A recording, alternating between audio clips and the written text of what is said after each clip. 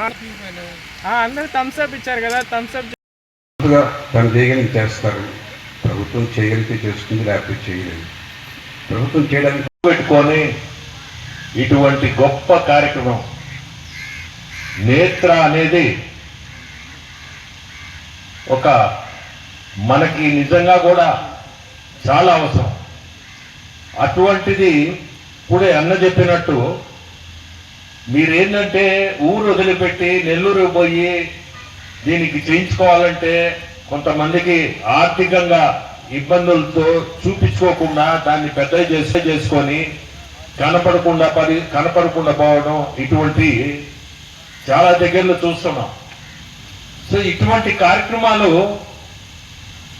అన్న గుర్తుపెట్టుకొని నా ఊర్లో శంకర నేత్రాలయం తీసుకురావడం, ఈ గొప్ప కార్యక్రమాన్ని ఆ ట్రస్ట్ మీద శాంత వసంత ఫౌండేషన్ తరఫున ఈ కార్యక్రమాన్ని ఇప్పుడే అన్న చెప్పినట్టు వాళ్ళకి డొనేట్ చేశాడు కాబట్టే వాళ్ళు ఈ గ్రామానికి వచ్చారు. ఇది ఈ శంకర నేత్రాలయం అనేది రాష్ట్రం కాదు, మన దేశము ప్రపంచంలోనే ఒక పేరు గల్ల కంటి ఆసుపత్రి అనండి, కంటికి సంబంధించిన ఏదైనా వాళ్ళు శంకర నేత్రాలయం అనేది ఒక గొప్ప ఇన్స్టిట్యూట్ అనాలి దాన్ని. అటువంటి వాళ్ళు ఈ గ్రామానికి వచ్చి మనకు చేస్తున్నారంటే అది అన్న ఇండైరెక్ట్ గా చెప్పాలంటే ఆ డొనేషన్ వల్లే వచ్చారు ఇక్కడికి. ఎందుకంటే వాళ్ళు సులభంగా రారు కూడా, వాళ్ళకి ఎన్నో ఉంటాయి, ఎన్నో దగ్గరలో వాళ్ళకి ఆ అవకాశం డొనేషన్స్ ఇవ్వడం తీసుకుపోవడం అట్లా చేస్తూ ఉంటారు. ఒక మంచి కార్యక్రమం ఇది. ప్రతి ఒక్కరు కూడా దాదాపు ఇప్పుడు 900 మందిని చూశారంట. దాంట్లో ఒక 100 మంది క్యాటరాక్ట్ ఆపరేషన్స్. ఒక 100 మంది క్యాటరాక్ట్ ఆపరేషన్స్ అంటే సింపుల్ గా చెప్పాలంటే దాని ఖర్చు ఎంత? ఒక 100 మందికి క్యాటరాక్ట్ ఆపరేషన్ చేయాలంటే దాని ఖర్చు ఎంత వస్తుంది?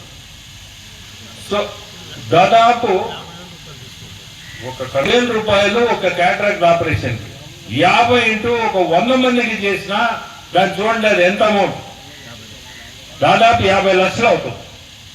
50 లక్షల కార్యక్రమం వచ్చి చేయాలంటే వాళ్ళకి ఎంత ఇస్తే వాళ్ళు వచ్చారు ఇక్కడ దాకా మీ గ్రామానికి. అది మీరు అందరూ గుర్తుపెట్టుకోవాలి. అన్న గొప్పతనం 1993లో శాంతా బయోటెక్ అనేది ఒక కంపెనీ స్టార్ట్ చేసి అది మెడికల్ సైడే. తర్వాత ఈ హెపటైటిస్ బి అనేది